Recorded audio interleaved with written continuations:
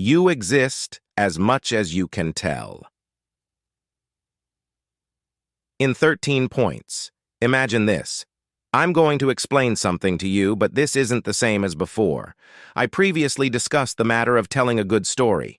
That's not what this is about. This is about being able to express oneself to others. Sometimes you may wonder, why don't people take what I say seriously? Why don't they recognize my value or see the culture, the knowledge, the pleasant conversation within me? Someone else says the same things, so why aren't my stories remembered? Why are theirs? Why don't I receive respect?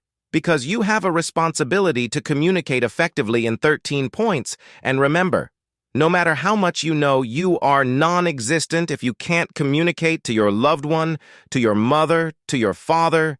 Your troubles are part of it. Until you express it, you are absent. What are you absent for as long as you can't express? 1. Your troubles.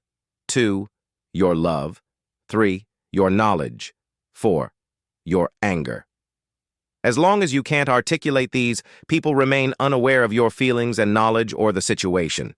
If they don't know, then you can't complain. Am I making myself clear? I wasn't talkative until I was 21. I couldn't really express myself and envied those who could have a charming conversation. Until I was 21, I wanted to be the center of attention. I tried to join conversations and failed repeatedly. Then by reading and observing the right people, the internet wasn't widespread 20 years ago, I noticed something. There's an art to telling a good story, to speaking effectively and beautifully.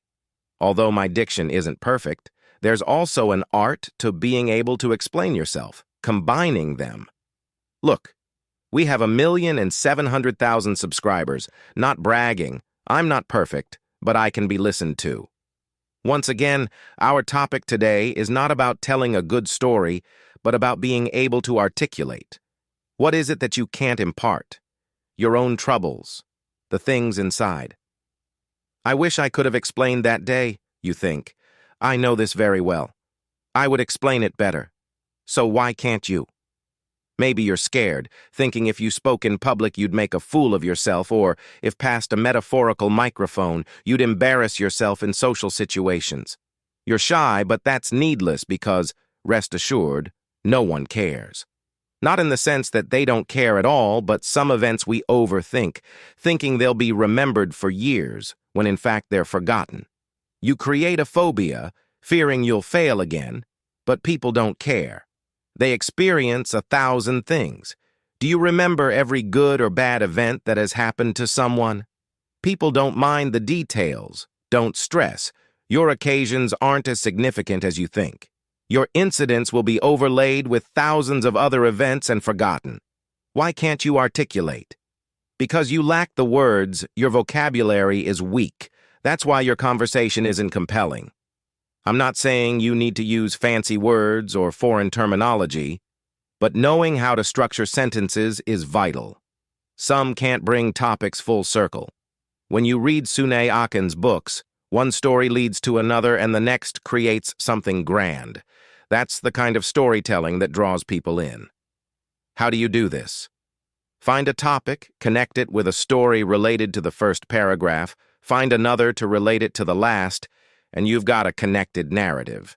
When the imaginary microphone comes your way, you might fail to start. Starting can be easy once someone sets you off, but do you have an opening statement? Like going in front of a mirror or a camera to practice, you say, "Do you know what happened that day?" But that's not a great opener. Say instead something that invites listeners and catch their interest. And if you rush, people may get bored and you lose the emotion in your storytelling, talking far too quickly and becoming incomprehensible, making others ask for a repeat. Then there is being too clingy or not knowing when to stop, telling a story that takes an eternity with unnecessary examples. Sometimes people will resort to their phones in the middle of your story, hoping you'll just finish. Also, excessive use of slang or swearing can detract from your message. It's different from using strong language to convey a strong point or to be funny on occasion. Don't make your stories solely based on swear words. You can also lose listeners if you over-exaggerate, as when you inflate a story beyond belief, making the listener feel underestimated and uninterested. And if you don't vary your tone properly, be it speaking too softly or too loudly, you might not be heard or understood. Being too pessimistic or optimistic can also turn listeners away, as it becomes tiresome. People are put off by either extreme negativity or unbelievable positivity, which they can't relate to. If your stories are always centered around yourself, it can seem self-centered. Everyone has different perspectives, so don't generalize or presume everyone's experiences are like yours. Criticism can be another hurdle in communication. If you criticize wrongfully, people may not take you seriously or might even be offended. Lastly, being either too rigid or too lax can be problematic.